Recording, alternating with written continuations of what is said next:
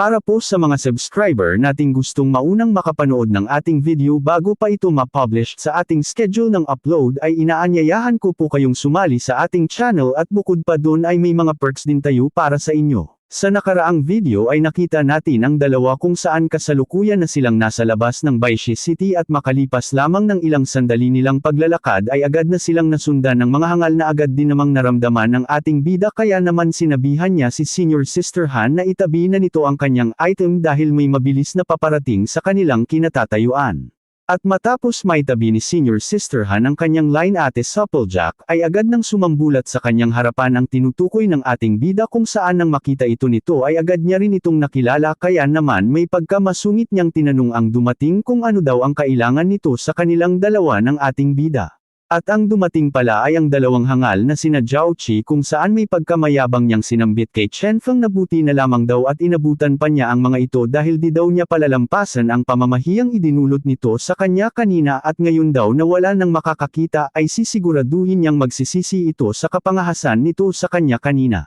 Na may pagkakalmado lamang na tinugunan ni Chen Feng kung saan sinambit nito na alam daw naman niya nagagawa ang hangal ng paraan para makaganti sa kanya dahil sa nangyari sa pagitan nilang dalawa sa loob ng Baishie City subalit mariin pang dagdag ni Chen Feng na ito daw ang pinakamalaking kamalian na nagawaan ng hangal dahil bukod sa inaasahan na niya ito ay di na din siya makapagtimping paslangan ang hangal dahil ayaw na ayaw daw niya ang mga pagbabante gaya nito. Na lalo namang ipinanggalaiti ng hangal na si Zhao Qi dahilan upang mabilis nitong ipag-utos sa kanyang tagapag-alaga na paslangan ang mayabang nating bida at habang sumusugod ang sunod Sun Yuan niyang tagapangalaga ay maririnig ang mga pagyayabang ng hangal kung saan mariin nitong sinasabihan ang ating bida na papaano pa daw nito nagagawang maging kalmado kahit na nalalagay na ito sa kapahamakan dagdag pa nito na wala na daw halaga pa ang pagiging kalmado ni Chen Feng at ang mga pagyayabang nito dahil maya-maya lang ay mapapaslang na ito sa kanyang mga kamay. Habang tila kalmado lang ang ating bida na hinihintay ang mabilisang pag-atake ng tagapangalaga ng hangal na di matanggap ang pagkapauyang naranasan kay Chen Feng kanina.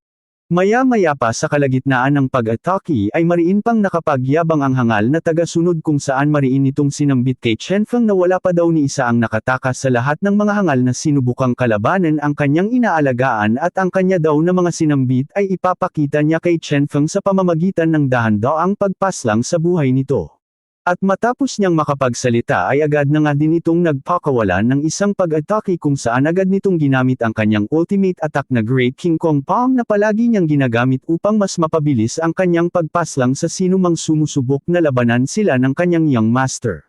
Subalit mapapansin naman na tila di man lang nakakaramdam ang ating bida ng kahit na kunting pagkaalarma na parabang ipinababatid nito na wala lamang kwenta ang ultimate attack na ginamit ng hangal para umatake sa kanya. At nang makita naman ng hangal na si Zhao Qi ang ultimate attack ng kanyang tagapangalaga ay agad nitong sinambit habang humahagalpak ng tawa na maging proud daw ang ating bida dahil masasawi ang buhay nito sa teknik ng kanilang Zhengang sect kung saan wala pa daw ni isang kalaban ang nakaligtas sa kanilang Great Power of King Kong Palm na nasasaksihan ngayon ni Chen Feng. Na agad namang tinugunan ni Chen Feng at may pagkakalmado niyang kinlaro kung ito na daw ba ang ipinagmamalaki ng Zhengang sect dahil tila wala daw namang kwenta ang kanilang tinatawag na unique skill at dagdag pa ng ating bida na ipapamuka daw niya sa mga hangal kung ano talaga ang tinatawag na unique skill dahil mukhang wala daw kaalam-alam ang Zhengang sect sa mundo ng cultivation. At matapos niyang makapagyabang ay makikitang agad na din itong isinagawa ang sarili niyang teknik na ipinagyayabang sa dalawa kung saan dahan-dahan niyang itinaas ang kanyang kamay na animoy manghihipo lang ng malaking tilapia ng kapitbahay habang naglalabas ng malakas na aura sa buo niyang katawan. At matapos nito ay agad na nga din niyang binitawan ang kanyang ipinagmamalaking teknik na sinasabi niyang tunay na unique skill kung saan makikitang muli na naman niyang ginamit ang kanyang akala palm teknik na isa sa pinakamalakas nitong teknik na itinatago. Makalipas pa ng ilang sandali ay tuluyan nang nagtagpo ang dalawang palm teknik na parihas na ipinagmamalaki ng magkabilang panig kung saan kitang-kita na mas malaki ang palm teknik ng ating bida Seni Alice na may katotohanan naman ang sinambit niya kanina kung saan mas ingat ang kanyang teknik sa ipinagmamalaking teknik ng Zhengang sect. At dahil sa salpukan ay nagkaroon ng malakas na pagsabog kasabay ng malakas ng pressure na labis na ikinagulantang ng hangal habang di pa kapamiwala sa kanyang nasasaksihan kung saan papaano daw na nakapaglabas ng mas malaking kamay ang ating bida kahit na mababa lang naman ang level nito sa kanila. Habang muling ipinakita ang laban kung saan dahil sa salpukan ay labis na napinsala ang kamay ng tagapag-alaga ng hangal na si Zhao Qi kung saan nabaliko ang lahat ng mga daliri nito dahil sa taking na tamo mula kay Chen Feng. At habang nananatiling nakatayo ang pangahas na taga-pangalaga ng hangal ay mababakas sa mukha nito ang labis na pagtataka sa kung papaano daw ito nagawa ng gaya lamang ng ating bida at sambit pa ng hangal na di daw siya makapaniwalang merong isang cultivator ang matagumpay na makawawasak ng kanyang Great King Kong Palm na lubhang impossibly para sa kanya dahil marami ng laban ang kanyang napagdaanan kasama ang teknik subalit wala ni isa ang nakawasak nito hanggang sa dumating ang araw na wawasakin lamang pala ito ng isang may mababang antas lamang ng lakas na gaya ng ating bida. Habang ipinapakita naman ang mayabang nating bida na habang kalmadong nakatayo ay marahang nagsasabing ang lakas daw ng hangal ay di sapat para tapatan ang lakas na taglay niya lalong-lalo na pagdating sa mga teknik. At matapos ng kaganapan sa dalawang naglaban ay makikita ang hangal na si Zhao Qi kung saan labis na lamang ang pagtataka nito sa kung papaanong mas malakas pala si Chen Feng sa kanilang inaasahan at dahil sa sobrang pagkagulantang ay napalugmok na lang ang hangal sa lapag habang mababakas sa mukha nito ang kawalang pag-asang makaligtas pa sa pinasok niyang gulo. Nang makita naman ng ating bida ang kalagayan ng hangal ay may pagkamayabang pa niyang tinanong kung natatakot na daw ba ito ngayong nakita na nito kung gaano kitigas na pader ang kanilang pinangahasan. May pagkamayabang pangdagdag ng ating bida na napakamangmang daw ng hangal dahil kahit ilang beses na nitong nasaksihan ang kanyang tunay na lakas sa loob ng Baishi City ay paulit-ulit pa rin itong sinubukang kalabanan siya na tanging kamatayan lamang ang kanyang makukuha. At nang marinig naman ng hangal ang mabibigat na pagbabanta ng ating bida ay labis siyang nakaramdam ng takot na umabot pa sa puntong di na may pinta ang pagmumuko nito habang malakas na binabalaan ang ating bida na sa oras daw na paslangan siya nito ay dahil ang kapatid daw niyang si Zhao Sanshan ay ang kasalukuyang itinuturing na pinakamalakas na outer disciple sa kanilang Zhengang sect na siguradong maghihigati sa oras na isagawa ng ating bida ang nasa isip nito.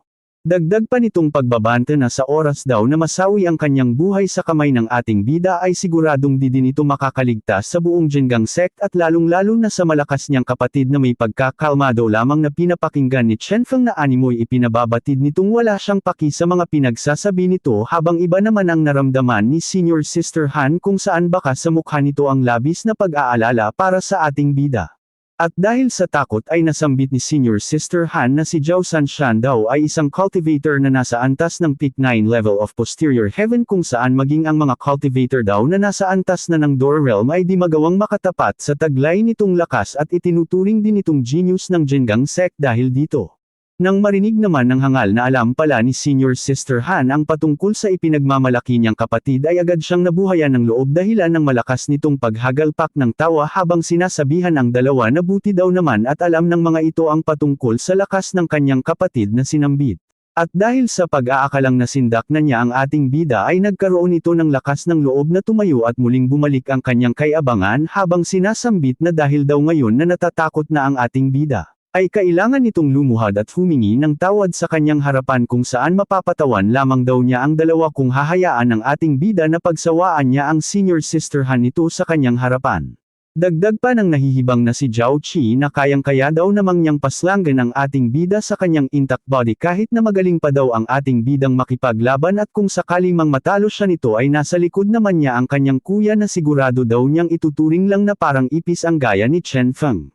Magpapatuloy pa sana sa kahibangan ng hangal na si Zhao Qi nang biglang isang kung anong bagay ang tila dumaan sa kanyang harapan nang di niya agad namalayan dahilan ng bahagyan niyang pagkatimimi. Kung saan ito pala ay ang ating bida na makikitang kasalukuyan ng hawak ang ulo ng hangal habang may pagkamayabang na sinasabing wala daw karapatang magbanta ang sinumang wala namang magawa pagdating sa laban at tanging pananakot lamang ang alas na itinatago at matapos nito ay tuluyan nang ang winikasan ng ating bida ang kaibangan ng hangal nang mabilis niyang baliin ang leeg nito dahilan ng mabilisan nitong pagkasawi. At nang makita naman ni Senior Sister Han ang ginawa ng ating bida ay may pag-aalala niyang nasambit na bakit daw ito ginawa ni Chen Feng kahit nabatid naman itong may malakas itong background at sa ngayon daw ay siguradong nalalagay na ang kanilang mga buhay sa matinding panganib dahil dito. Kaya naman agad din itong pinakalma ng ating bida kung saan sambit nito na wala daw dapat na ipag-alala ang kanyang Senior Sister Han dahil ang totoo daw niyan ay talagang naghahanap siyang cultivator na nasa antas ng Peak 9 of Posterior Heaven upang masubulan daw niya ang kanyang limitasyon.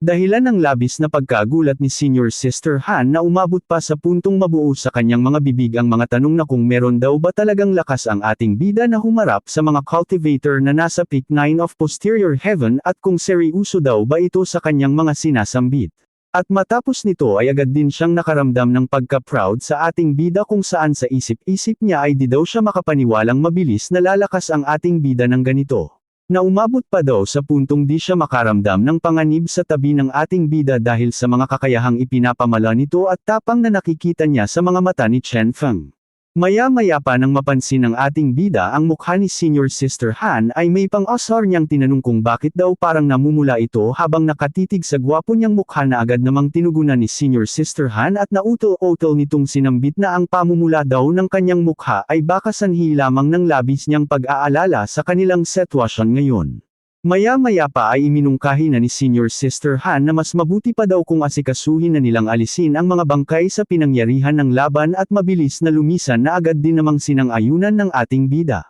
Subalit habang ginagawa nila ito ay may pumasok na plano sa kanilang mga pag-iisip dahilan ng biglaang pagbabago ng kanilang mga mukha kung saan habang may nakakalukong tawa ay sabay pa ng dalawang nasambit na baka daw ang kapatid ng isang pinakamalakas na disciple ng Jingang sect ay may mga nakatagong mahahalagang kayamanan na maaari nilang mapakinabangan. Saglit lang mga idol, bago tayo magpatuloy ay bibigyan ko muna kayo ng ilang segundo para i-hit ang subscribe button pati na rin ang bell icon, kung saan libre lamang ito, at bukod pa dun ay malaking tulong sa amin ang inyong suporta. Thank you sa lahat ng nag-subscribe at nag-like ng video. Matapos nito ay lumipat ang eksena sa isang sect kung saan nagmula ang dalawang hangal na nakasagupan ng ating bida at mapuslang sa labas ng Baishi City kung saan ito ay ang Jingang sect na makikitang medyo may kalakihan din naman.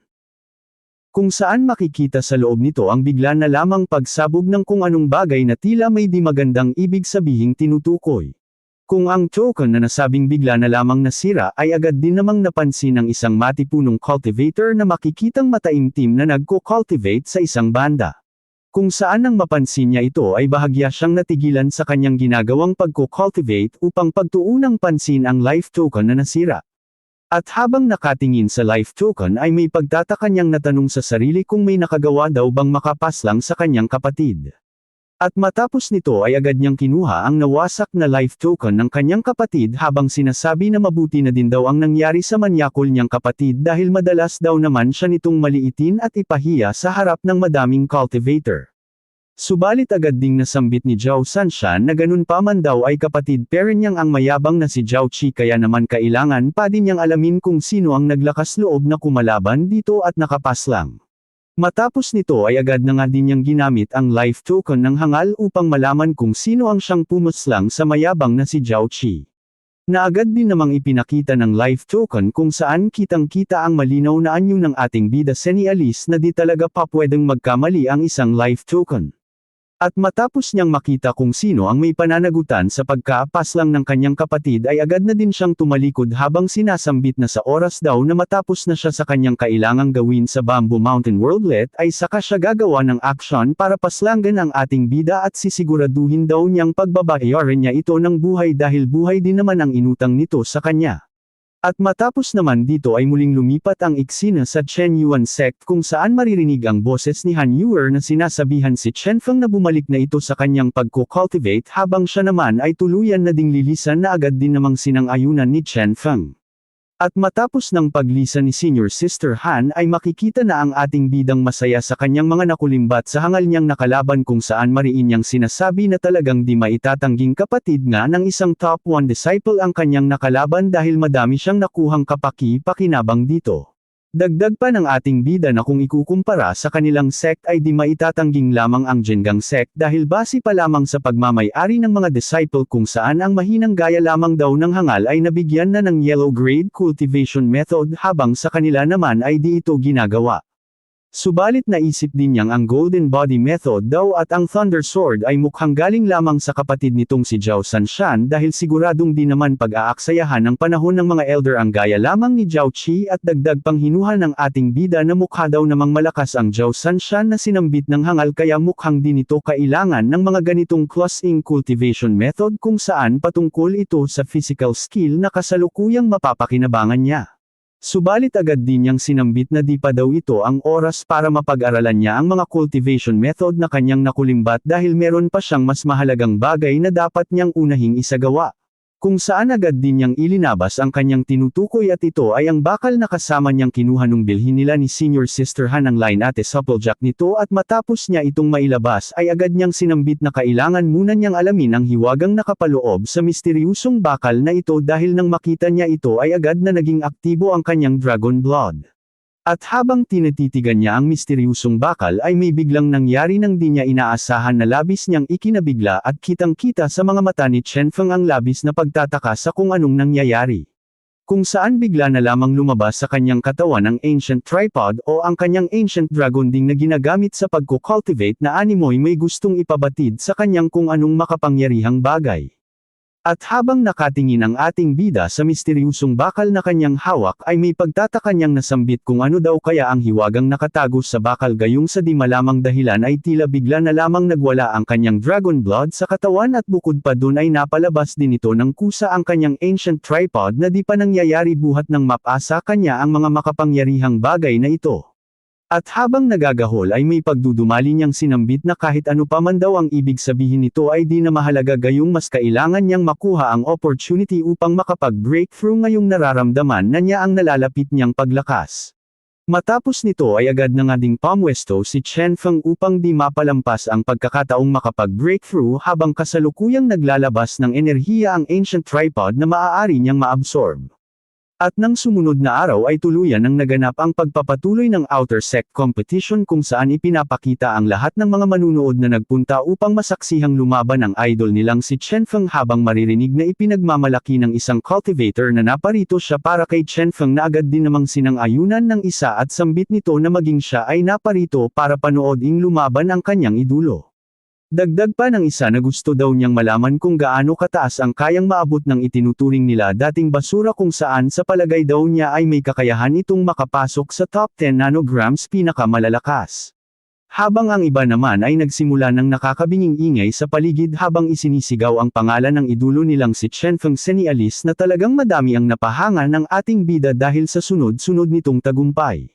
Maya-maya pa isang dambuhalang babaeng cultivator ang bigla na lamang na muses kung saan sinasambit nito na handa daw siyang magpulahi kay Chen Feng at gagawin niya anuman daw ang posisyong gusto nito na labis namang ikinagulat ng iba kung saan makikita pang may isang cultivator ang dinapigil ang mapasuka dahil sa narinig.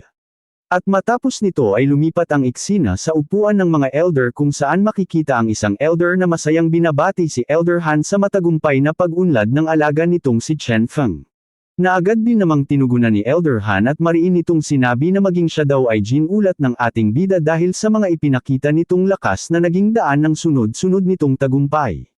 Dagdag pa ni Elder Han habang nakatingin sa kalangitan na sana daw ay magsunod-sunod pa ang tagumpay ng ating bida at gulatin nito ang lahat gaya ng ginawa ng yumao nitong master na si Master Yan Qingyu.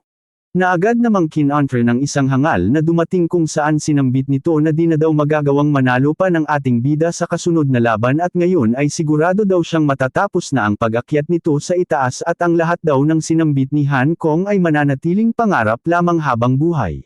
Dagdag pa ng hangal na si Elder Son na ngayong araw daw ay matatalo na si Chen Feng at muling bibiguin ang lahat ng naniniwala dito gaya daw ng namayapan nitong master na isang walang silbing elder.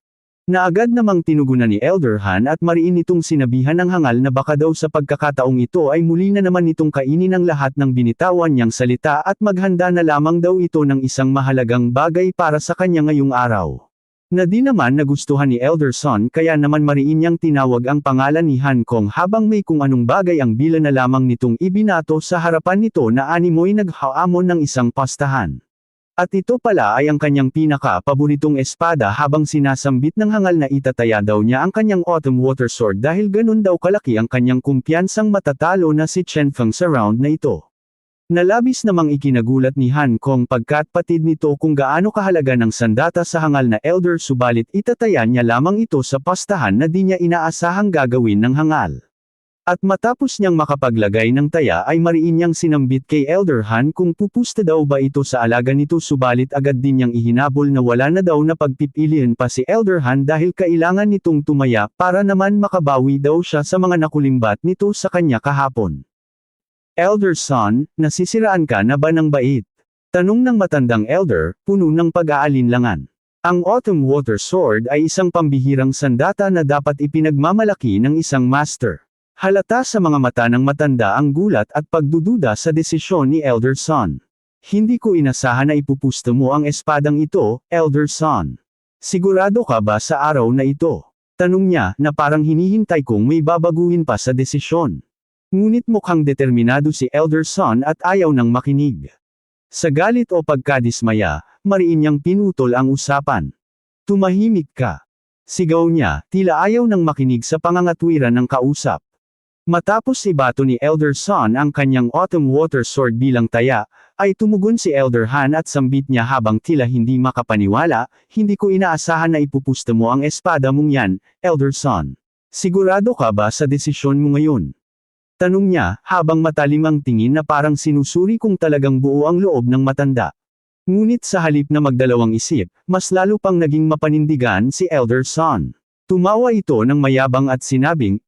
ngayong araw, si Chen Feng ay makikipaglaban kay Su Xiaoyu, at huwag mong kalimutan, siya ang mismong apo ng isa sa mga retiradong elder. Sa paniniwala ni Elder Son, wala nang pag-asang manalo si Chen Feng. Siguradong mabibigo siya. Mariin niyang sinabi. Narinig mo ba ako, Elder Han? Hinahamon kitang pumusta. May lakas ka bang ipagtaya ang alaga mong yan? Matapos ang panghahamon ni Elder Son, hindi nagatubili si Elder Han na tanggapin ang pastahan. Ngunit sa halip na espada ang kanyang ipantaya, isang bagay na mas misteryoso at mukhang mahalaga ang kanyang inilabas, ang kanyang singsing. Sa kumpiyansang tono, iniangat ni Elder Han ang kanyang kamay, kita ang makintab at detalyadong singsing sa kanyang daliri. Ipupusto ko ang aking singsing laban sa iyong espada, mariin niyang sinabi, na para bang sigurado siyang hindi siya matatalo. Natawa si Elder Son sa narinig.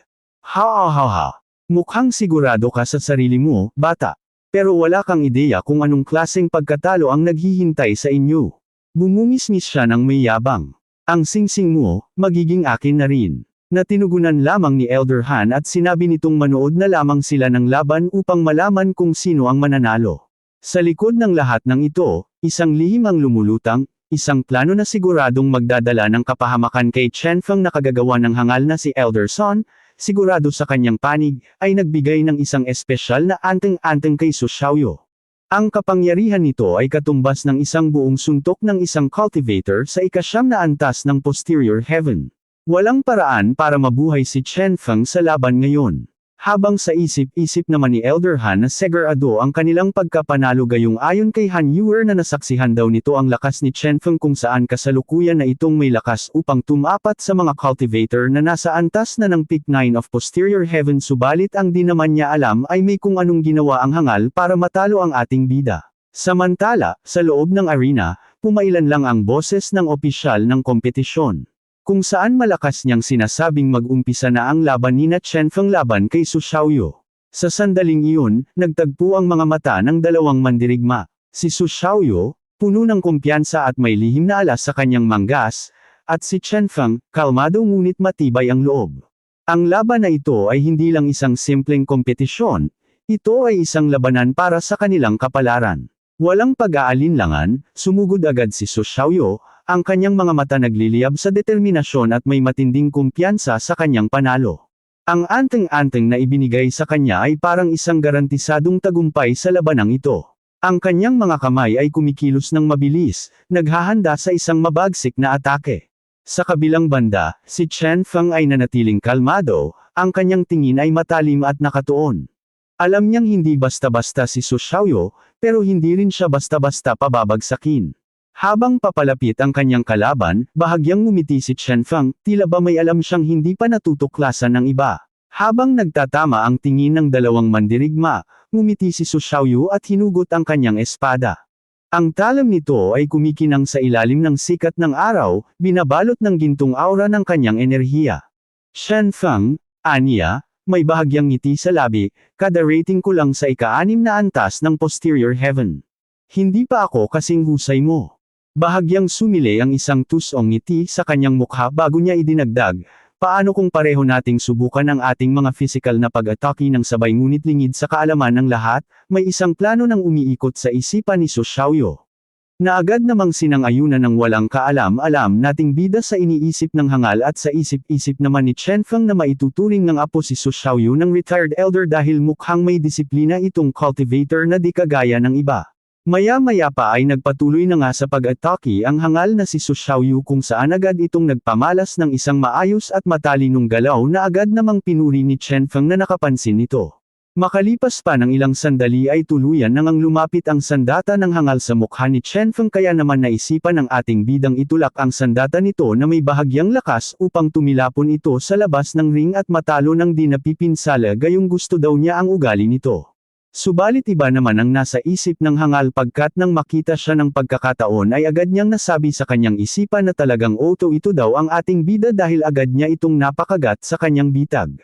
At di na nga pinalampas pa ng hangal ang pagkakataon kaya naman makikitang mabilis niyang ibinato kay Chen Feng ang talisman na isang pampasabog habang ipinapakita ng hangal ang totoo niyang ugali sa ating bidang labis naman nagulat dito. Makalipas lamang ng ilang sandali ay tuluyan ng tumapal sa mukha ni Chen Feng ang talisman kung saan may kakayahan daw itong makapaslang ng mga cultivator na nasa antas ng 9 level of posterior heaven habang kitang-kita parent sa mukha ni Chen Feng ang pagkagulat dahilan upang di na niya ito maiwasan pa at buong-buong masalo. At maya-maya nga lang ay tuluyan ng naaktibo ang talisman na dahilan ng malakas na pagsabog sa buong stage at base pa lamang sa impact na nagmula dito ay di nga maitatangging sadyang napakalakas ng talisman dahilan upang mapasigaw na lamang ng pangalan ng ating bida ang nag-aalalang si Elder Han.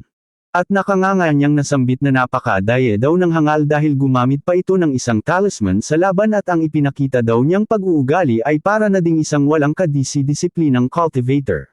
Maya-maya pa ay agad na nga ding kumilos si Elder Han para sana tulungan si Chen Feng nang bigla naman itong harangin ng hangal na si Elder Son kung saan ito ang may plano ng mga kaganapan. At nang makita ni Elder Han ang pagpigil sa kanya ng hangal ay agad niyang sinambit habang nanggagalaiti na umalis na daw ito sa kanyang harapan bago pa maubos ang kanyang pasensya at mag-amoy digmaan sa lugar na kanilang kinatatayuan.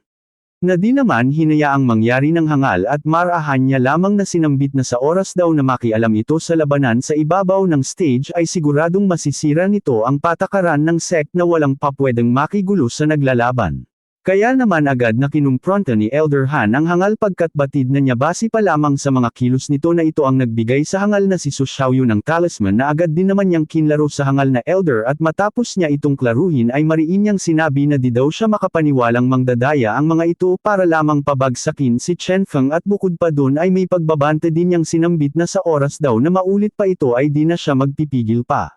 At nang marinig naman ni Elder Son ang sinambit ni Han Kong ay agad itong napahagalpak ng tawa habang sinasabing ang paggamit daw ng talisman ay di isang pangdaraya dahil wala namang patakarang nakaukol dito kaya naman kung may talisman din daw si Chen Feng ay maaari niya rin itong gamitin sa laban. Dagdag pa ng hangal habang may nakakaasar na tuno na di pa daw naman tapos ang laban gayong di pa nagpapakita ang ating bida at di pa din nila nalalaman kung anong naging resulta ng pagsabog subalit sigurado daw naman siyang di na talaga makikita pa ang katawan nito dahil sa pangyayari at matapos niya itong masabi ay mapapansin naman ang bahagyang pagngisi ng hangal. Kaya naman wala nang nagawa pa si Han Kong pagkat may katotohanan naman ang sinambit ng hangal na may patakaran ng sect na walang sino man ang papwedeng makialam sa laban at nasabi na lamang niya sa kanyang isipan na sana daw ay walang nangyaring masama sa ating bida subalit di pere niya maalis ang pag-aalala gayong kahit na merong ngang lakas si Chen Feng para sumabay sa mga 9 level of posterior heaven ay nakita naman niyang sobrang lapit nito sa talisman kaya wala siyang kumpiyansang makakaligtas nga ang ating bida sa pagsabog nito. At matapos nito ay lumipat naman ang eksena sa itaas ng stage kung saan makikitang ilinabas na ng hangal ang tunay niyang kulay habang sinasabi ng malakas na napakahangal daw ng ating bida gayong iniisip nitong kaya nitong sumabay sa mga kagaya niyang genius at mananatili lamang na pangarap ang lahat ng iniisip ni Chen Feng sambit pa ng hangal habang humahagalpak ng tawa na ang isiping stepping stone sila nito ay baka matupad lamang sa susunod nitong buhay. Na agad namang tinugunan ng ating bida sa pagsasabing masyado daw matagal ang kasunod na buhay kaya naman ngayon na niya gagawin ang kanyang mga sinambit senialis na ayos lamang ang ating bida sa kabila ng malakas na pagsabog ng talisman sa kanyang mukha. At ang biglaan namang pagtugon ng ating bida ay labis na ikinaalarma at ikinagulat ng hangal habang nakatingin sa mukha ng ating bida tila di man lang nagtamo ng malubhang pinsala kahit na sobrang lapit na nito kanina sa talismang sumabog kung saan makikita ang mukha ng ating bida na may bahagyang ngiti ng kanyang kay-abangan. Maya-maya pa ay tuluyan ng ipinakita ang tunay na sinapit ng ating bida kung saan bagamat mapapansin ang bahagyang pinsala nitong natamo ay nakakatayo pa din ito senialis na di din talaga biro ang physical na lakas ng ating bida gayong nakayanang nitong makaligtas sa malakas na pagsabog ng talisman na maging ang mga cultivator na nasa antas ng peak 9 of posterior heaven ay di magagawa ang ganitong bagay. Maging ang hangal na si Elder Son ang labis ding nagulantang nang makita nito na tila maayos lamang ang katatayuan ni Chen Feng pagkat batid niya ang kakayahan ng ibinigay nitong talisman sa hangal na si Su Xiaoyu habang napapasabi sa sarili na lubhang impossibly ang kanyang nakikita. Habang maririnig namang sinasambit ni Chen Feng sa hangal na dahil daw sa pagsabog ay Gamejo nakaramdam siya ng pagkahilo at kumbinsido daw siyang malakas talaga ang talisman subalit di daw yun sapat para maputs lang siya ng ganun-ganun lamang. Malamig pang sambit ni Chen Feng na sa ganitong uri daw ng mundo ay papaanong nauto pa siya ng katulad ni Su Xiaoyu na isang hangal. At matapos nito ay may panggagalaiti niyang sinambit sa hangal na pagbabayaran daw niya ito sa kapangahasan nitong pinaggagawa gayong nung una pa naman ay pinupuri pa niya ito sa mabuti nitong ugali na wala sa ibang cultivator subalit nagkamali lamang pala siya ng tosya. Habang makikita naman ng hangal na may labis na nararamdamang takot sa katawan ng mapagtanto nitong talagang ginalit niya ng gusto si Chen Feng base pa lamang sa ilinalabas nitong malakas na pressure at habang natatakot ay nasambit pa nito sa kanyang sarili na papaano daw na nakaligtaa pa ang ating bida gayong tamang-tama lamang ang kanyang ginawang plano at batid din daw niyang kayang pumuslang ng talisman sa ganang distansya kahit na may lakas pa ito ng peak level of posterior heaven. Saglit lang mga idol bago tayo magpatuloy ay bibigyan ko muna kayo ng ilang segundo para i-hit ang subscribe button pati na rin ang bell icon, kung saan libre lamang ito, at bukod pa dun ay malaking tulong sa amin ang inyong suporta. Thank you sa lahat ng nag-subscribe at nag-like ng video. Sa hindi inaasahang pagbabago ng tadhana, si Chen Feng, ang ating bida, ay umatake ng mabilis ngayon kay Su Xiaoyu, ang lalaking minsang nagloko sa kanya. At kung may isang bagay na hindi dapat gawin sa mundong ito, yun ay ang linlangan si Chen Feng. Kitang-kita sa mukha ni Su Xiaoyu ang takot. Kung kanina'y mayabang at kampante siya, ngayon, mukha siyang pusa na naipit sa isang sulok. Ang dating matalas niyang dila, tila natuyo sa biglaang pagbawi ng kapalaran. Habang naririnig nito ang mga salitang nagmamula sa ating bida na nagsasabing kung gusto daw ng hangal na malaman kung paano siya nakaligtas ay ipapakita niya sa pamamagitan ng kanyang pag-atake. At heto na nga. Isang nakakagimbal na eksena ang naganap hindi lang simpleng suntok ang tumama kay Su Xiaoyu, hindi. Ito ay isang suntok na may kasamang buo niyang kasalanan. Isang suntok na may halong galit, pagkadismaya, at ang resibo ng panloloko niya kay Chen Feng at sa isang iglap, lupaypay ang kanyang katawan sa ere. Kung akala niya'y siya ang bida ng kwentong ito, well, mukhang nagkamali siya ng script na nabasa. At ayun na nga, hindi lang basta tumilapon si Su Xiaoyu, kundi bumagsak siyang duguan, nanginginig, at tila hindi na alam kung paano tatayo. Ang kanyang bibig ay bumula ng dugo, parang fountain ng kahihiyan. Sa kabilang banda, si Chen Feng ay nananatiling kalmado. Hindi man lang mukhang napagod. Parang sinipa niya lang ang isang lata ng sardinas na walang laban. Samantala, si Su Xiaoyu ay gumagapang na parang uod, sinusubukang isuka ang lahat ng sama ng loob, kasama na ang kinain niya kaninang tanghalian. Naririnig sa paligid ang mahihinang pagdaing ni Su Xiaoyu, at ang unti-unting paglaho ng kanyang dignidad.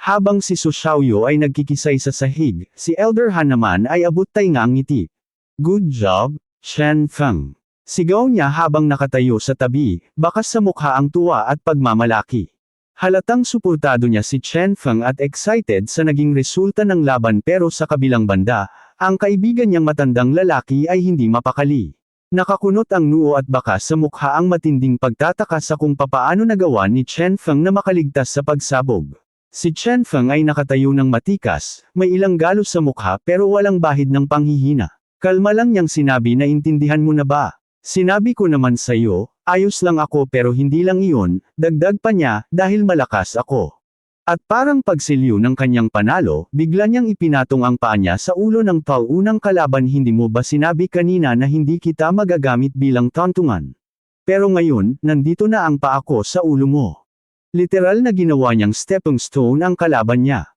Grabe ang pang-iinsulto, hindi lang siya nanalo sa laban, pinahiya pa niya ito sa harap ng lahat. Matapos nito ay agad na napagtanto ng hangal na papaslangan siya ni Chen Feng dahil sa ginawa niyang panluluko dito, kaya naman malakas niyang isinigaw na wag daw siyang tapusin ang ating bida at may buong pagmamakaawa niyang tunanggakuan ang ating bida ng mga kayamanan kapalit ng kanyang buhay. Na agad namang sinang-ayunan ng ating bida, subalit mariin niyang ipinaliwanag na ayon lamang siya ay sa kanilang kasunduan kanina, kaya naman papaslangan daw niya ang hangal sa paraang gusto nitong mangyari kung saan di niya lalakasan ang pag-atake at gagawin niyang mas simple ang pagpatay dito. At nang makita naman ito ng hangal na Rep-ere ay agad itong naalarma pagkat napagtanto niyang di talaga nagbibiro si Chen Feng sa kanyang mga binitawang salita, kaya naman agad niya rin itong pinigilan sa kanyang binabalak. Subalit buo talaga ang desisyon ni Chen Feng, kaya naman walang nagawa ang hangal na matanda at makikitang tuluyan ng tinapos ni Chen Feng ang buhay ng hangal sa harapan ng lahat, habang may pagkamayabang na sinasambit na masunurin naman daw siya at ginawa niya lamang ang gusto nito, ang mapuslang sa mahinang atake lamang. Matapos nito ay mariin siyang kinumpronta ng hangal na elder kung saan may malalim nitong boses na sinambit kay Chen Feng na bakit tila ayaw daw nitong makinig sa kanya kahit na pinigilan pa niya ito kanina, at ang pinaslang daw ni Chen Feng ay mismong apo ng retiradong elder, kaya naman mananagot ito dito sa oras na makabalik na ito sa kanilang sect. Na tinugunan lamang ni Chen Feng at may malakas niyang boses na tinanong ang hangal kung bakit di daw nito pinigilan ang paggamit ng hangal na si Su Xiaoyu ng isang talisman na may kakayahang makapaslang ng cultivator na may lakas ng 9 level of posterior heaven. Dagdag pa nito habang sumisigaw na ano daw ang gustong iparating sa kanya ng Rep-ere na parabang ipinababatid nito sa lahat ng nakakapanood na mas mahalaga pa ang buhay ng hangal na si Su Xiaoyu kisa sa kanyang buhay. Mariin pang sinambit ng ating bida na di daw porkit apo ito ng retiradong elder ay maaari na nitong baliwalain ang patakaran ng competition kung saan nakasaad dito na walang sino man ang maaaring kumontra at ang sino mang magtangka ay matatanggal sa competition ito. Sa kabilang banda naman ng marinig ng mga manunood ang sinambit ni Chen Feng ay agad na lumutang ang kanilang mga komento kung saan may panggagalaiti pang sinambit ng isa na may katotohanan daw naman ang lahat ng sinabi ng ating bida at tila bilangbing ang Rep-ere dahil may pinapanigan ito sa laban. Na agad din namang tinugunan ng kalapit nito at mariin niyang sinambit sa kanyang kasama na bagamat naiintindihan daw niya ang kalagayan ni Chen Feng ay di pa rin maitatangging nakakatakot kalabanan ang background ng hangal na si Su Xiaoyu, kaya naman ganun na lamang ang ikilos ng Rep-ere. Maya-maya pa ay bumalik ang eksena sa ibabaw ng stage kung saan mariing tumugon ang hangal sa mga sinabi ni Chen Feng sa pagsasabing tila wala daw atang respeto ang ating bida dahil ganun-ganun na lamang nitong questionan ang kanyang mga sinasabi, at bukod pa daw dun ay walang karapatan ang ating bidang sumagot dahil siya ay ang kanilang guro dito sa sect. Na agad din namang tinugunan ni Chen Feng ang mariin niyang sinambit na ang isang di keres prispetong tao na gaya nito ay di talaga niya igagalang at wala din daw itong karapatang tawaging guro ang kanyang sarili, gayong wala naman itong alam sa mga patakaran, kaya sangbanda daw naman at igagalang niya ito. Nalabis namang ipinanggalaiti ng hangal na Rep-ere dahilan upang mapuno na ang hangal habang mariing sinasabing pagbabayaran daw ng ating bida ang kalapastanganan nito sa kanya. At matapos niyang makapagsalita ay mabilis na din itong sumugod upang atakihin ang ating bida ng buo niyang lakas habang malakas na sinasambit na iPad adala daw niya ito sa kabilang buhay dahil sa kawalang galang nito sa kanya. At nang makita naman ni Elder Han ang pagsugod ng Rep-ere ay agad siyang napasigaw ng malakas para balaan ito sa mga susunod na kaganapan kung saan makikita naman si Chen Feng na nakakulubot ang noo at nanggagalaiti lamang na iniintay ang pag-atake ng hangal na parabang wala siyang planong umiwas dito, habang ang kasama naman ni Elder Han sa itaas na matanda ay agad na nakapagbigay ng komento kung saan tila talaga daw na naghahanap ang ating bida ng kamatayan, gayong maging ang Rep-ere na nasa antas ng Peak 9 of Posterior Heaven ay sinubukan nitong galitin at sa pamamagitan ng isang atake lamang nito ay siguradong mawawasak daw ang katawan ng ating bida. Makalipas pa ng ilang sandali nang makita ng ating bidang malapit na sa kanya ang hangal ay agad na din siyang naghanda ng kanyang pag-atake para sabayan ang nahihibang na elder at upang ipamukod ditong di siya natatakot kahit na mas mataas ang level nito sa kanya. Maya-maya nga lang ay agad na ding pinakawalan ng ating bida ang kanyang ultimate technique na madalas niyang pinantatapos sa mga hangal kung saan ito ay ang akala palm na matagumpay namang nawasak ng hangal na rep-ere at sa lakas ng salpukan ng dalawa ay medyo napatilapon ng bahagya ang ating bida. Kasabay ng pagsukat nito ng dugo senialis na di din talaga biro ang lakas ng hangal dahilan upang magtamo siya ng pinsala sa kaganapan na labis din niyang ikinagulat. At sa lakas ng salpukan ay lumikha ito ng malakas na pagsabog kung saan dahil dito ay di na din nakayanan pa ng rep-ere ang lakas ng atake ni Chen Feng kaya naman bahagya din itong tumilapon dala ang labis na pagtataka sa naramdaman niyang pressure mula sa pinakawalang atake ni Chen Feng. At habang makikita ang hangal na rep-ere na kamuntikan ng tumilapon sa labas ng stage ay agad namang lumutang ang ingay ng madaming manunood dahil sa pagkamangha sa lakas na ipinakita ng ating bida at di sila makapaniwalang magagawa nitong dumpensa sa isang elder na malapit ng makapag-breakthrough sa Divine Door Realm. Sambit pa ng ilan na ano na daw kaya ang level ng ating bida dahil kahit na nasa 7th layer realm of posterior heaven pa lamang ito ay nagagawa na naman itong makipagsabayan sa malalakas na cultivator na kagaya ng hangal na elder. Dagdag pa ng isa na kahit siya daw na nasa 8th level of posterior heaven ay walang kumpiyansang makasabay sa lakas ng isang elder na malapit ng makapag-breakthrough sa Divine Door Realm. Habang makikita naman si Chen Feng na mariin lamang na nakatingin sa hangal habang sinasambit na sa wakas daw ay naging matagumpay siya sa kanyang ginawang pagko-cultivate gayong nararamdaman niyang mas lalo siyang lumakas kisa dati. Habang sa kabilang banda naman ay mapapansin ng hangal na nasa malalim na pag-iisip patungkol sa kung papaano daw nagawa ni Chen Feng na dumpensa sa kanyang pag-atake gayong ginamitan naman niya ito ng buo niyang lakas at bukod pa doon ay higit ding mas mataas ang kanyang level dito kaya naman napaka-impossibly daw para sa kanyang paniwalaan ang ipinakitang lakas ng ating bida. Subalit ganun pa man ay nang ibabaw pa din ang kagustuhan nitong mapuslang ang ating bida para naman makatanggap siya ng pabuyang maaaring ibigay ng retiradong elder na lolo ng pinaslang ng ating bida. Subalit bago pa ito makagawa ng isa pang pag-atake ay agad na din itong hinarangan ni Elder Han at mariin itong tinanong ang hangal kung di daw ba ito natatakot sa maaaring may pataw ditong kaparusahan dahil alam daw niyang batid ng hangal na merong patakaran ang nagsasabing bawal makigulo ang sinuman sa laban lalong-lalo na ang pag-atake ng taga-pamigitan sa isang contestant sa harap ng madaming saksi. Habang maririnig naman sa isang gilid ang malakas na usap-usapan ng mga cultivator kung saan mariing sinabi ng isa na mukhang gusto daw ata ng referee na magpakitang gilas sa retiradong elder na lolo ng hangal sa pamamagitan ng pagpaslang sa kay Chen Feng. Sambit pa ng isa na napaka-bias daw naman ng referee sa stage at di dapat ito ilinalagay sa ganang pwesto gayong meron itong kinakampihan. At pahabol pang dagdag ng isa na bukod pa daw dun ay di ata alam ng referee ang patakaran gayong di naman ipinagbawal sa labanan ang pumuslang ng katunggali at isa pa ay nandaye daw naman si Su Xiaoyu kaya naman nararapat lamang dito ang kanyang sinapit mula sa kamay ng kanyang idol.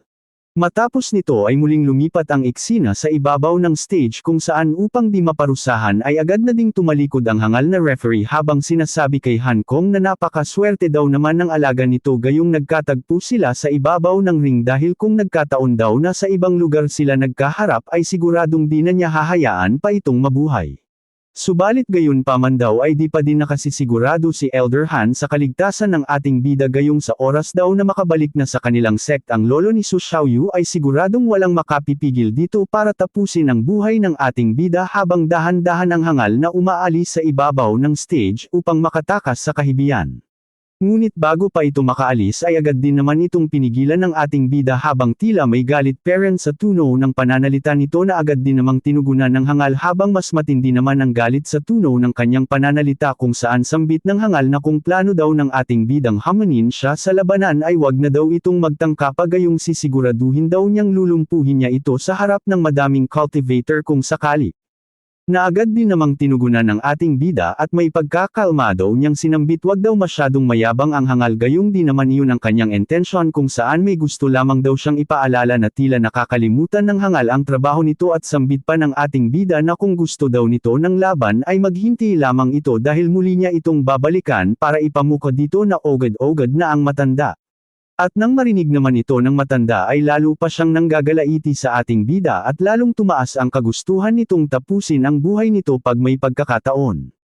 Subalit wala na din naman siyang nagawa pa kaya naman kahit labag sa kalooban nito ay ginawa pa din nito ang kanyang trabaho bilang referee at malakas pa din itong ipinahayag ang resulta ng laban kung saan ang nanalo daw ay ang ating bida at magpapatuloy sa susunod na round ng laban habang makikita naman ang ating bida na may pagkamayabang na sinasabing matagumpay na naman ang kanyang pagkapanalo.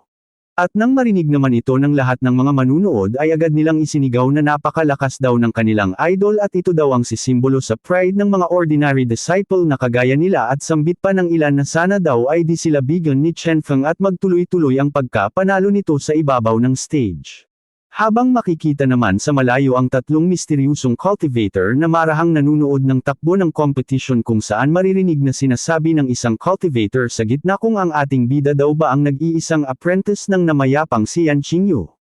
Na agad din namang tinugunan ng isa nitong kasamahan kung saan marahan nitong paliwanag na tama daw ang hinala nito dahil ang ating bida nga ang naiwang disciple ni Master Yan at ang alam daw niya ay wala itong kakayahang mag-cultivate sa nakaraang 5 na mga taon dahil sa isinilang daw itong walang kakayahan para tahakin ang isang pagiging cultivator dahil sa di mabuksan-buksan ang meridian nito maging ng kanyang elixir field.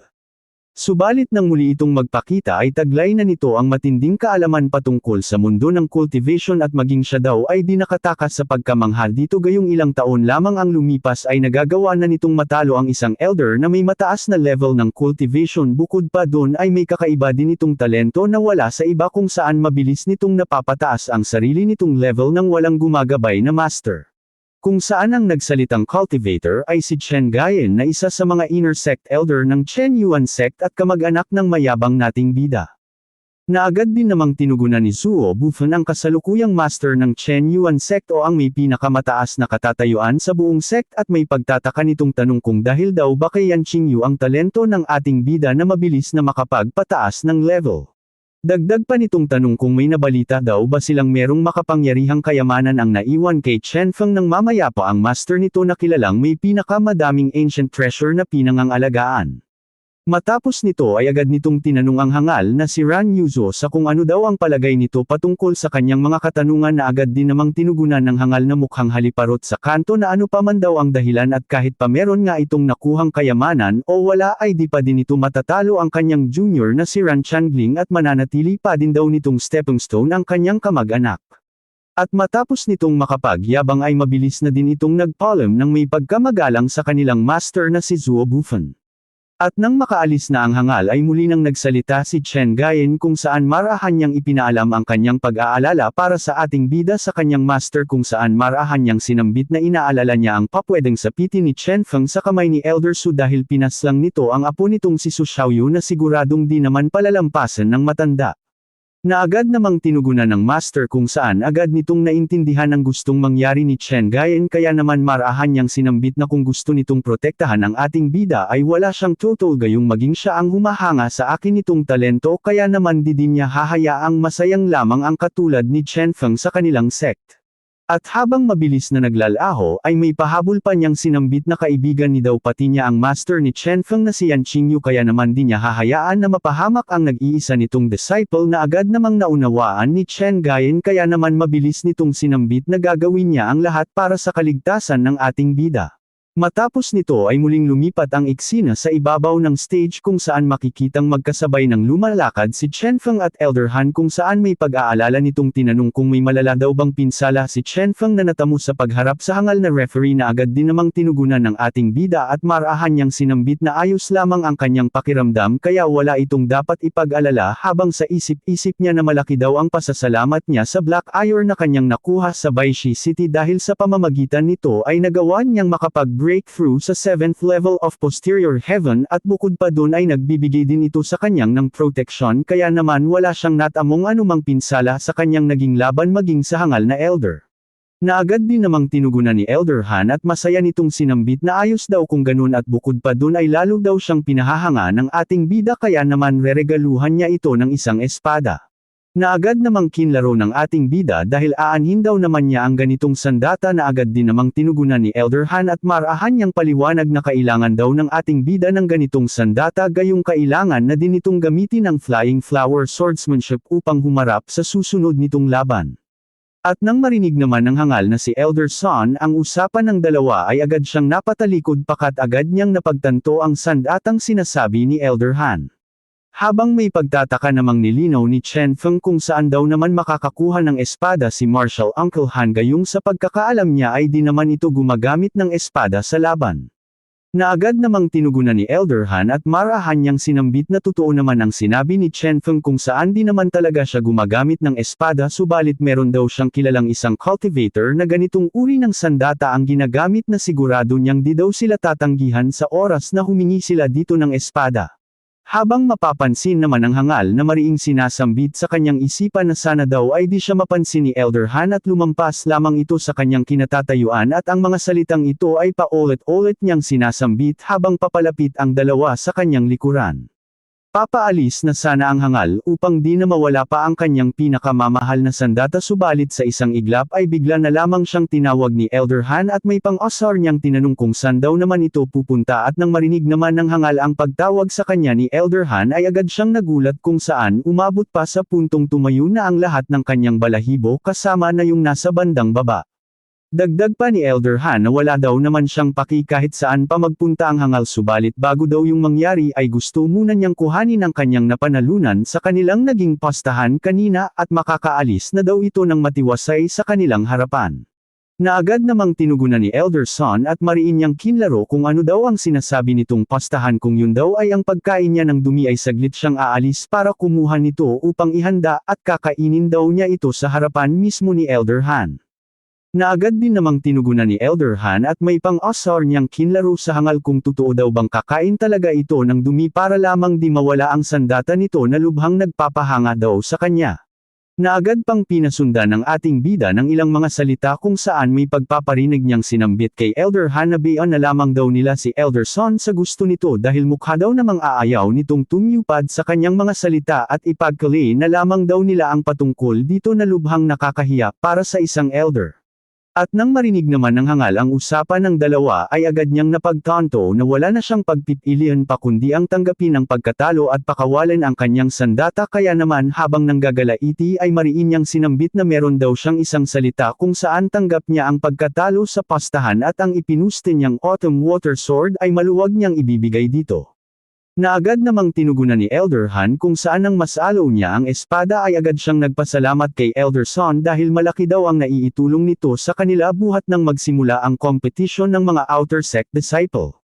Saglit lang mga idol dahil bibigyan ko kayo ng ilang segundo para i-hit ang subscribe button pati na rin ang bell icon, kung saan libre lamang ito, at bukod pa doon ay malaking tulong sa amin ang inyong suporta. Thank you sa lahat ng nag-subscribe at nag-like ng video. Dagdag pa nito upang lalong sagidin ang pasensya ng hangal na elder na sa oras daw na magawa ni Chen Feng na maging top 1 sa competition ay sisiguraduhin niyang makakatanggap ito sa kanya ng credit dahil sa mga itinutulong nito sa kanila. Na agad din namang ginatungan ng ating bida kung saan may pang-asar pa nitong ihinabol ang kanyang pasasalamat sa hangal na elder na makikitang labis na ang panggagalaiting nararamdaman sa kanyang sarili. Matapos nito ay agad na nagdiwang ang dalawang hapit na animoy walang panggatas kung saan maririnig na sinambit ni Uncle Han sa ating bida na ganun lang daw kadali na makakuha ng sandata kahit na sa isang elder na agad namang tinugunan ng ating bida at sinambit nito na ngayon daw ay alam na niya kung saan siya nagmana ng kahapitan dahil tila maging sa ganitong paraan daw ay masasabi niyang si Han Kong pa din ng elder gayong mas malupit ito sa kanya. Maya-maya pa ay muling bumalik sa seryosuhan ang usapan kung saan sinabi nito habang iniaabot nito ang sandata sa ating bida na sana daw ay maipanalo ni Chen Feng ang kasunod nitong laban gamit ang sandatang kanilang nakulimbat sa hangal na si Elder Son. Na agad din namang tinugunan ni Chen Feng at marahan niyang sambit na ni minsan daw ay di niya ginustong bigyan ang lahat ng naniniwala sa kanyang lakas lalong-lalo na kung si Elder Han Kong pa ito. Matapos nito ay tuluyan ng lumisan si Elder Han habang nag-iiwan ng mga salita na naniniwala daw siya kay Chen Feng na 100% itong mananalo sa laban maging sino man ang makaharap gayong batid niya ang tunay nitong lakas. Na tinugunan naman ni Chen Feng sa mahinang boses na para daw sa kanyang senior sister at kay Elder Han lalong-lalo na sa kanyang master ay ipapakita niya ang tunay niyang lakas upang di ang mga ito makaramdam ng kanyang pagkatalo habang otay-otay niyang hinuhugot ang matalim na sandata sa kanyang harapan. At mabilis na itinutok sa kasunod niyang katunggali habang sinasambit na sa wakas daw ay magagawa na niya ang matagal na niyang gustong gawin kung saan malapit na siya sa kanyang tagumpay na mapagbayad ang lahat ng nang maliit sa kanyang master. At habang nakatutok ang sandata sa hangal na si Ran Changling ay may pagkamayabang pa itong tinanong ng ating bida kung handa na daw ba itong masawi ngayong araw dahil di daw niya hahayaang matapos ang laban nang hindi ito nakikitang bumulagta sa sahig ng kompetisyon habang makikita naman ang mukha ng hangal na tila kalmado lang na animoy di naaapektuhan ng mga pagbabanta ng ating bida Seni Alice na talagang mataas ang kanyang kumpiyansa sa sarili.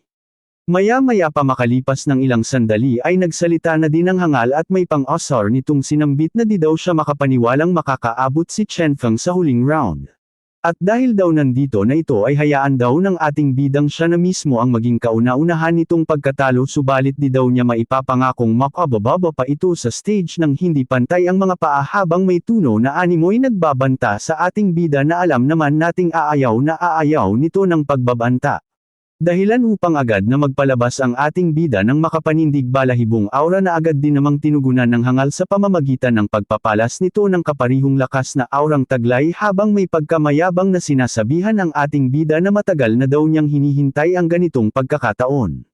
Na sinagot lamang ni Chen Feng sa pagsasabing maging siya ay ganun din dahil matagal na din daw niyang gusto mapuslang ang hangal na si Ran Changling. At habang tumataas ang tensyon sa dalawa ay may biglang tumawag sa ating bida na dahilan ng bahagya nitong paglingon dito at nakita niya ang maluhaluhang si Senior Sister Han na mabilis na papalapit sa kanya.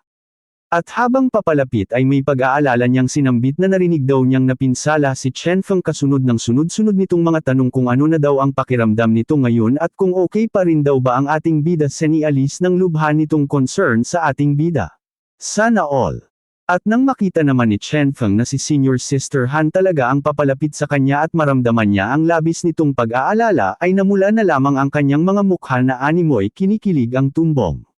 Makalipas pa ng ilang sandali ay makikitang mabilis na niyakap ni Senior Sister Han ang ating bida habang maririnig naman na pinapakalma ito ng kinikilig na si Chen Feng sa pagsasabing ayos lamang daw naman ang kanyang pakiramdam at ang pinsala niyang natamo ay walang magiging apekto sa kasunod niyang magiging laban dahil batid daw naman ni Han Yuer kung gaano siya kalakas. Yabang talaga hehe. Na tinugunan naman ni Senior Sister Han at habang nagpapaawa ng mukha na animoy batang inagawa ng sumanawarahan nitong sinambit na napakayabang daw talaga ng ating bida gayong kahit na nagtamuan ito ng malubhang pinsala, ay nagagawa pa din itong masabing ayos lamang ang kanyang kalagayan. Maya-maya pa ay lalo pang naging mas matamis ang mga kaganapan ng biglang bahagyang pahida ni Senior Sister Han ang dugo sa gilid ng bibig ng ating bida habang namumula ang kanyang mukha.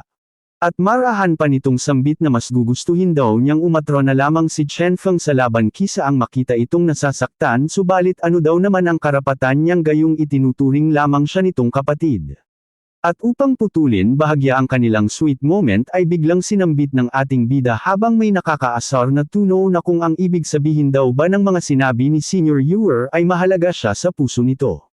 Dahilan upang mahiya naman si Senior Sister Han at agad na tumalikod habang sinasambit na di daw ganun ang kanyang ibig sabihin dahil ayaw lamang daw niyang masawi ang buhay ng ating bida sa walang kwentang competition kaya niya ito pina-atras. Na agad ding tinugunan ni Chen Feng at mariin niyang sinambit na wala itong dapat ipag-alala sa kanya maliban na lang kung wala itong tiwalang magagawa niyang manalo sa hangal na si Changling dahil kumpiyansan daw naman siyang maipapanalo niya ang laban habang makikita parent si Senior Sister Han na kinikilig habang nakatalikod na animoy gusto nang magpasyu bawal yun mga idol. Ngunit mariin pa din si Chen Feng at nagpilit na lumaban dahil di daw naman niya hahayaang mapahamak ang kanyang sarili gayong ayaw din niyang makitang malungkot ang kanyang Senior Sister Han na makikitang mangiyak-ngiyak habang nakatingin sa mga mata ng ating bida. Subalit di na din nagtagal pa ang ating bida sa pakikipag-usap dito kaya naman agad din itong tinawag ni Senior Sister Han na animoy may gusto pang sabihin kay Chen Feng. Na tinugunan lamang ni Chen Feng sa pagsisabing na sa aabik na siyang pabagsakin ang hangal kaya naman kailangan na niyang samampa ng stage at magintay na lamang daw si Senior Sister Han ng balita patungkol sa kanyang pagkapanalo gayong sisiguraduhin daw nito na mangyayari lahat ng kanyang mga pangako. Subalit bago pa tuluyang makasampo ang ating bida ay agad na itong hinabol ni Senior Sister Han upang ipilit ang kanyang gustong gawin sa ating bida. Na agad namang napaliinggong muli sa kanyang senior sister habang tinatanong kung ano pa daw ba ang gusto nitong sabihin gayong sabik na siya sa laban maging kami at ang mga subscriber. Subalit sa mabilis na kilos ay bigla na lamang sinalubong ni senior sister Han nang balik ang mukha ng ating bida na makikitang labis ding namula habang namamakas sa mukha nito ang labis na pagkabigla. Sa parihong sandali naman ay makikita ang mga cultivator sa gilid na mas nagulat pa sa ating bida nang halikan ito ni senior sister Han kung saan sambit ng isa na mukhang lilito na naman ang mga chisem isa sa buong Chen Yuan sect dahil sa balitang ito na tiyak na ang pagkalat kung saan daig pa daw nito ang COVID-19 sa paglaganap.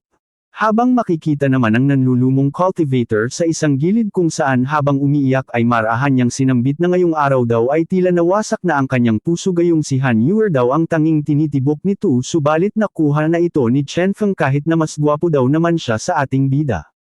Maya-maya pa ay muling bumalik ang eksena sa dalawang bida kung saan mapapansin ang labis na pamumula ng mukha ni Chen Feng habang tumutulo ang dugo sa kanyang ilong dahil sa nangyari habang sinasabihan naman ito ni senior sister Han na mag-iintay daw siya sa ating bida at siguraduhin daw itong maayos siyang magpapakita sa kanya gayong malalagot daw ito sa kanya kung sakali mang may natamo itong pinsala sa laban. Abangan sa susunod nating video ang mga kaganapan kung saan tuluyan nang magaganap ang matinding laban ng dalawa na parehong nasa sabik sa isa't isa na animoy dating magkatipan na muling nagkita kung saan ang oras na matapos makapagsalita ng referee ay agad na ding naglansad ng pag-atake ang hangal sa ating bida.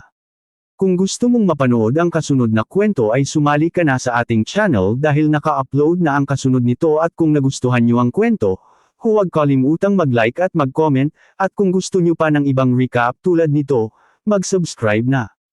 Huwag nidang kalimutang i-hit ang bell icon kung saan may kapangyarihan itong makapagbigay ng signal sa inyong mga cellphone kada upload natin.